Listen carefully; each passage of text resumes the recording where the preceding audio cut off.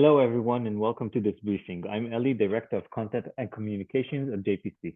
With Hamas in the southern region, Hezbollah in the north, and the looming shadow of Iran, the current war is becoming a complex chess game with multiple players.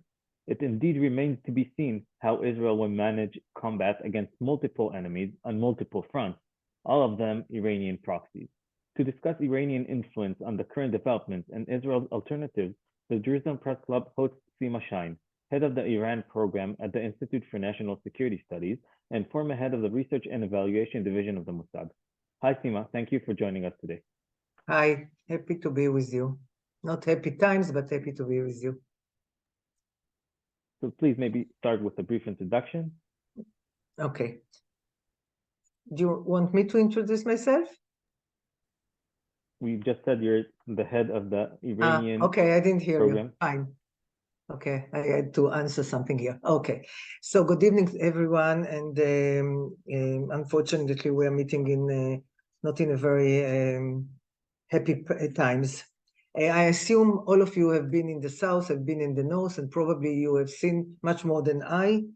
And therefore, I'm not going to talk about the war and about what has happened. I assume most of you or all of you have been to the defense spokesman today, showing the pictures and the movie of what has happened, and therefore I will leave it if you need if you want any questions. But I'll start by saying I'll make a zoom out and try and explain how I see the strategic situation and what I think is the exact interest of all players that I think are much more than Hamas itself.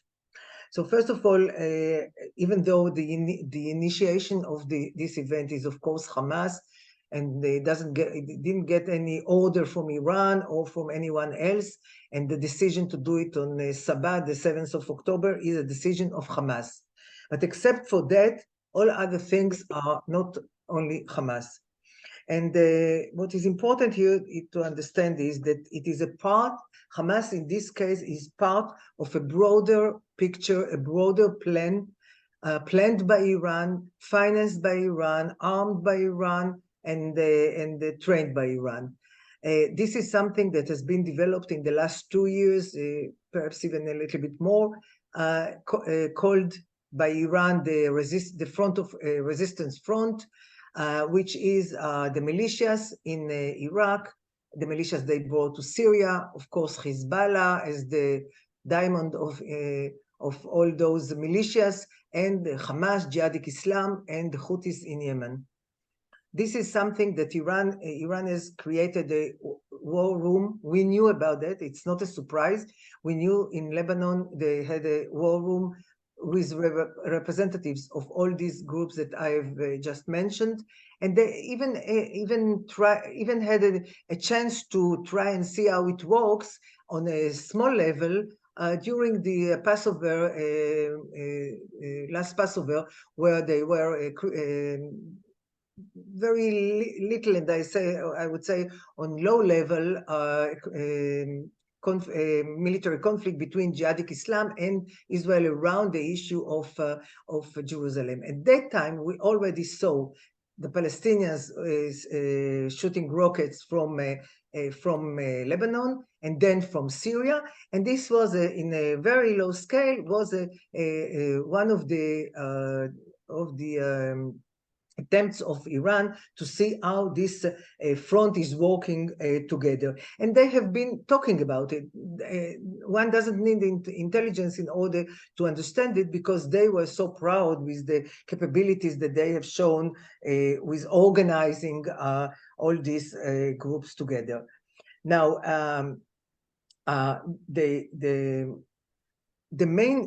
every one of them has a different interest, but they have some common interest. And the common interest is against the US in the Middle East, against Israel as the one who represents the US in the Middle East. And in this specific case, one of the common interest is the issue of Saudi Arabia trying to get to a defense pact with the US and normalization with Israel. This was we understood it from the beginning, but after some days, someone in Iran has said it also openly. The notion that Saudi Arabia is going to have a defense pact and probably also kind of a nuclear, in brackets, civilian, but a nuclear infrastructure with the help of the US, and at the same time, normalization with Israel was unaccepted at all by the Iranians and by the Palestinians. Now, Iran is what we see since Saturday, 2 weeks ago. Iran is working much more than I saw Iran in any other case, working day and night diplomatically to make sure that it does everything it can in order to save Hamas. It is in the diplomatic channels. It is in fake news. It is in threatening Israel, threatening the U.S., and not only threatening but also allowing the militias in Iraq and in Syria to hit U.S. Most of them civilians, but some of them also military personnel there. I just saw that the Pentagon has come out and with a declaration that I must say I don't know what was behind it, saying that they didn't see any order coming from the leader to the militias in Iraq to hit the Americans. Well, I suppose they understand that they will never see such a directive coming from the leader, because when Kahani, the head of Quds Force, is going to Iraq, he's telling them in a way that the Americans' intelligence will not hear it.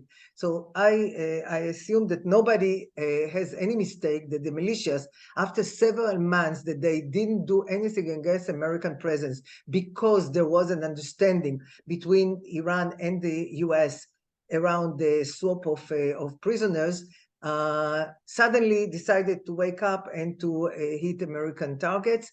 That is not a decision that was taken by the Iraqi militia on its own. Now, what started as a war between Hamas and Israel is much more than that today. It's not by chance that we hear Putin and Russia supporting Hamas. It's not because Hamas is important, but they are already, actually they are supporting Iran, and Iran, as we all know, is supporting Russia. And from a Russian point of view, the deviation of intention to the Middle East and from Ukraine is just a wonderful development. And of course, it's very important for them that Iran will see that it is getting, they are getting something for what they are doing for Russia. And they are doing for Russia very much, because this is something that is the UAVs that it is supporting to Russia. And probably in the coming very few months, also missiles, is something that the Russians don't have enough. It's not that Russia needs other things. There are other things that Russia has much better than Iran, but these are loopholes that they had. And from that point of view, Iran was very, very important, and is still very important. And I want to conclude my general remarks and open for questions by saying that in this struggle between US, the West, and Russia, Iran, China, North Korea, that started supporting Russia in its war in Ukraine, and the resistance, the front of the resistance front, the one who has to succeed is the good ones, and not Russia and Iran. So I do hope that at the end of this, and we don't know how it will be the end, we don't know yet if Hezbollah will be part of that. I didn't mention it, but if you have any questions, I'll be happy to elaborate on that. We should make sure, I hope it will materialize also, but I think it's very important that there is no question at the end who failed and who succeeded. So I stop here, and please feel free to ask on any issue. Thank you, Sima. This was, you touched upon many, many issues. I wanted, you started talking about Hezbollah, so let's continue from there, actually. Why do you think Hamas, started the war, and Hezbollah, which has significant capabilities, didn't join it? Are the Iranians saving it maybe as reserves? What's the plan there? So first of all, I think Hezbollah didn't know that on the 7th of October, Hamas is going to open a war. And I think they were surprised as we were. So that's one thing. The other is that they didn't prepare themselves because they were surprised. They didn't prepare themselves. If they wanted to be in a war with Israel, they would prefer to surprise Israel like Hamas did. Of course, there is a list of reasons for them not to do it. Starting with the fact that there is no surprise, that Israel has put on the border thousands of soldiers, the fact that Israel has evacuated the first lines of villages, the US presence in the region, which is a major issue from their point of view, and also the internal Lebanese society. We hear every day more and more influential people, starting with the current prime minister. He's a transitional one, but he is there, and others, even people that are perceived to be close to Hezbollah, saying we don't want Lebanon to become Gaza. And I think this is also a major limit on Iran, on Hezbollah's flexibility to decide. And at the end, I would also say there is no reason from the point of view of Iran to sacrifice Hezbollah for Hamas. It's important for them. Hamas is important, no question, but it's not important enough in order to sacrifice the Hezbollah that is prepared and is built to be the utmost and the best answer that Iran will have if it will be attacked by the US or by Israel, and therefore I think they will hesitate very much before they both sides will decide to use Hamas, to use Hezbollah. Things I'm trying to in the last days to see what could be a red line. I don't see a very clear red line that will bring Hezbollah to be involved. But we had some mistakes already done, so probably will be much more modest now. But I think they have good reasons not to be a part of that. Okay, one reporter is asking about the Russian involvement that you stated before. Do we know on any specific indications of Russian real involvement in the war, helping Hamas in the preparations or something like that? And I do want to add that we did hear several people claiming, which I never saw any basis for that or any indications that maybe there was direct Iranian involvement there, people speaking Persian in the front lines of Hamas terrorists, and maybe even pamphlets in Persian. Do you know anything about that? Mm-hmm. So first of all, it's very short answer to the second question. I don't think there was any Iranian Persian involvement. When they go to first of all, because Hamas wanted to limit it to very, very small numbers of people that will know, and they will not bring someone from outside. And I don't think people that don't know Arabic will fight together with others. So I don't think it's correct. Russia is a good question. I don't think there is a direct involvement with the planning or the arming of Hamas. But one, there are very good connections between Russia and Hamas, and there is a political support from Russia. What is more important is that Russia is now supporting Iran in its political activity all over the world. We know that Russia was the one who initiated a meeting of the national security of the UN, and they wanted to have a resolution on on stopping the war. They knew they will not have it because they will, if they had the 9 votes that they need, they would have the veto of the US. But still, it was important for them to show that they are doing for Iran what Iran is asking them. So I think the involvement is aftermath and is part of a political strategic relations that both sides want to support each other. Okay, so I see many journalists are asking about the same question. Um, is this or could this lead to something which looks like a World War III between two blocks? You know, the Americans sent two carriers to the Middle East. Maybe they're planning other stuff. Maybe Iran itself could be attacked or targeted if some red line is being crossed.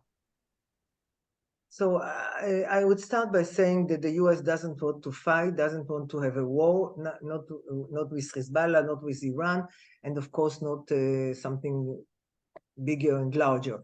And they are saying it, that's our evaluation, and I think this is very clear that the presence in the region is in order to prevent others from joining the war rather than fighting others. So I think this is the basis for the US position and its military structure in the region.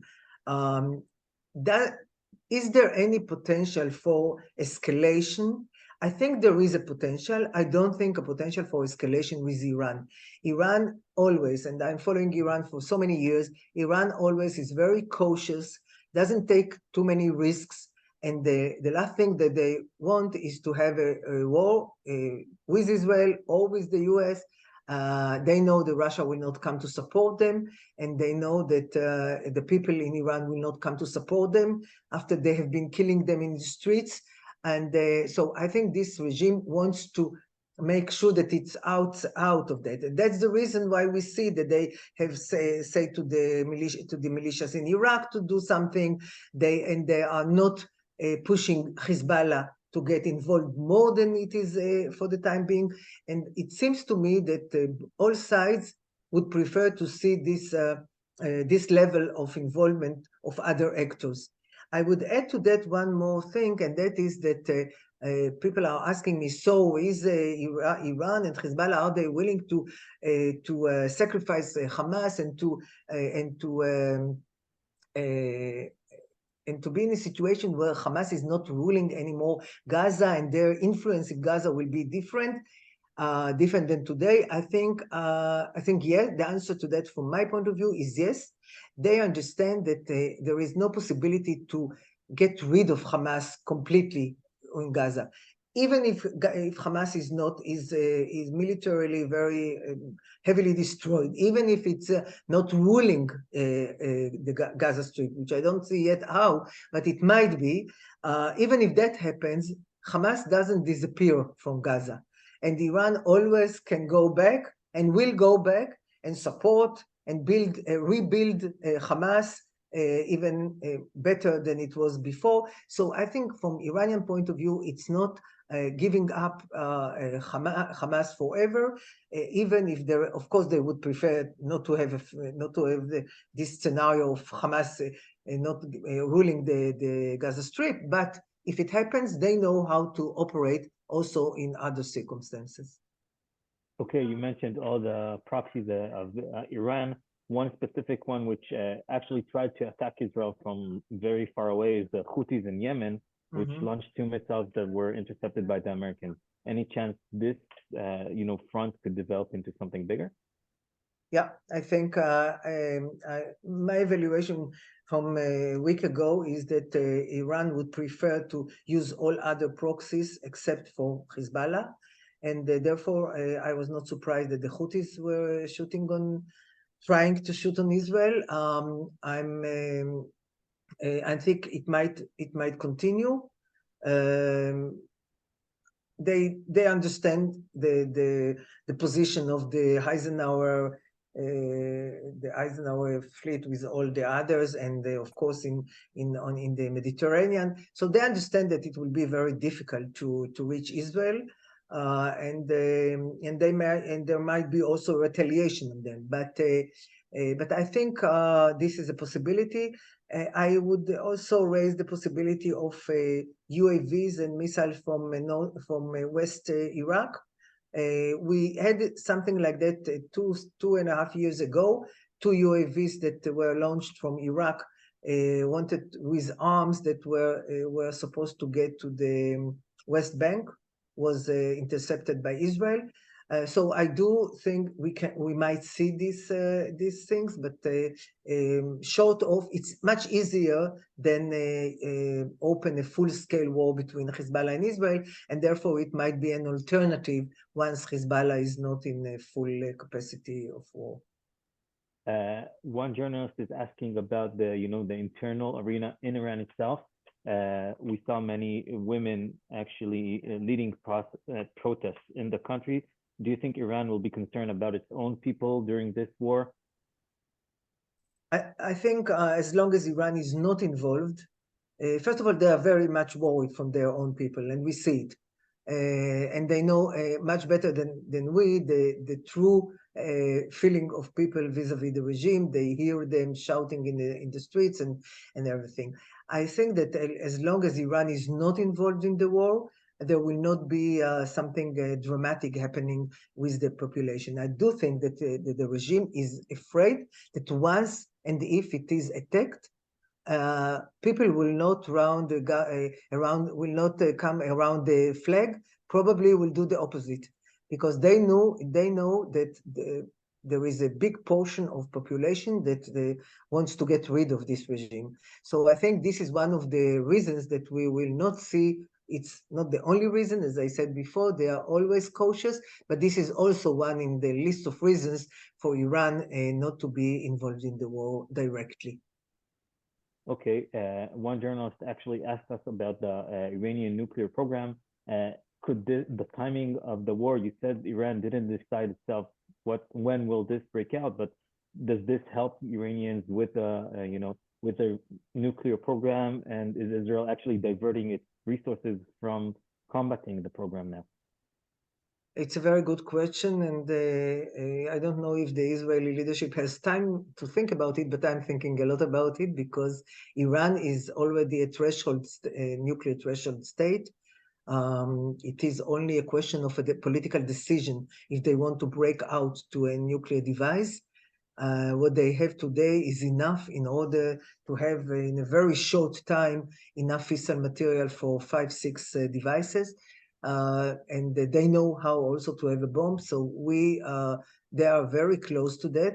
And when I was thinking on scenarios when Iran could decide to make such a political decision, which is not an easy one for Iran, is one of the scenarios was a major crisis where the attention of the world is somewhere else and Iran can use it. This scenario is very much close to what we see today, but I think that it's too risky. It's still too risky, and they have to see how things develop. And they also hear not one and not two voices in Israel talking about this is the chance. We have suffered enough with what has happened. Let's do what should have been done, and that attack Hezbollah and attack the Iran nuclear program. So I'm sure they understand that because they are cautious always, they would not take any risk now. But this is something that cannot be ruled out completely. Okay, another reporter is asking, what is the extent of the Iranian influence in the West Bank at this point? Might Tehran use this front to attack Israel as well? Iran is trying for a long time to penetrate much more into the West Bank, not only through Hamas and Jihadi Islam that are doing it on their own, but also directly. Israel has stopped on the Jordanian border arms that were smuggled in order to be by Iran in order to get to the West Bank, and no question they are saying it openly. They are trying to provoke the population in the West Bank to join in the past to do more and more terror activities, and now to join Hamas. So from their point of view, the fact that it doesn't happen, and the fact that I think not only from the Iranian point of view, of course, of Hamas point of view, they saw that by doing that, the West Bank and the Arab minority in Israel will go to the streets and will carry terror activity. This is not happening, and Iran will continue to try. This is, as I said at the beginning, this is a wide plan how to encircle Israel with different elements that have on their own interest against Israel, but also to encourage them and to support them with everything they need in order to evoke the clashes or terror activities or others. This is part of the, as somebody has said to me, they want to keep Israel busy all the time so that it is not looking what Iran is doing is not and doesn't attack Iran in Syria and in other places. So this is the wider plan, and they will continue doing it. Okay, back to Gaza. Do you think, or can we estimate if Hamas has any more big surprises to Israel that we don't know of at this point? And another reporter is asking about who could replace Hamas if Israel actually manages to weaken them or maybe to destroy them in the long and in the short term as well. Yeah, good questions. If Hamas says that, I think I don't know, of course, there might be something that I don't know, but what I know is that, of course, Hamas was preparing itself that Israel will retaliate. And no question that they have been thinking, and probably they are surprised that we are not there inside Gaza yet. So from that point of view, we know that they have put a lot of mines, a lot of different, all kinds of ways to stop Israel or to prevent its advance as much as possible. So this is already known and was known from the past also with tunnels and all other things. If there are many other surprises, there are some that are talking about different guerrilla groups that will come when Israel gets in. Within the region will come from different places. There are some things that I think the Israeli army has been acknowledged about that and is been prepared. I personally hope that Israel will be smarter and will not go inside the way that Hamas was attending and hoping that this will be the direction. I hope that it will be done in a smarter way. And but it looks to me that at the end of the day, it will be very difficult to fulfill the order of the government and take out Hamas leadership and military capability, large scale, if without being inside the Gaza Strip. As to what will be the day after, a very important issue. I can tell you that we in the INSS, we are working in different working groups. One of the groups is working on this issue and putting papers, hoping that someone in the government and in other places is reading them. But there are some options. Once we adhere to the directive that the government gave, and it will not be Hamas, it might be a kind of how should I call it, a kind of a mandate or something that the UN gives to a group of countries composed of Arab countries and perhaps some UN country, other countries, not the US, but could be European and others. The problem with this, and for a period of time, for 5 to 10 years or something like that, and within this time, improving with a high economic support, improving the infrastructure and improving the situation in the Gaza Strip. The problem with this idea, which is a good idea, and I didn't mention, but this group of nations should include also the Palestinian Authority that was in Gaza and was was expelled by Hamas in 2007. So it's a good idea, a nice idea. The problem is that I personally think that most of the countries will not be willing to participate in this. I don't think the Arab countries want to be involved in Gaza. Everybody, most of the countries hate Hamas and hate the Muslim Brotherhood.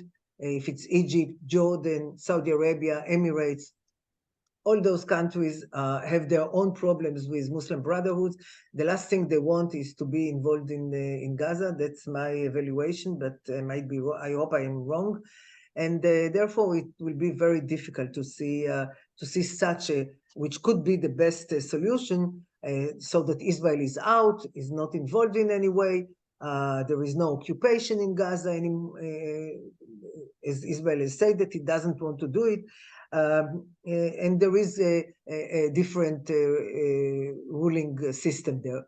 I think not only that those countries don't like Hamas and Gaza, it's also that they might be afraid of terror activity that will be carried by jihadist remnants of Hamas and Jihadist Islam and other more radical groups. There are Daesh, ISIS groups also.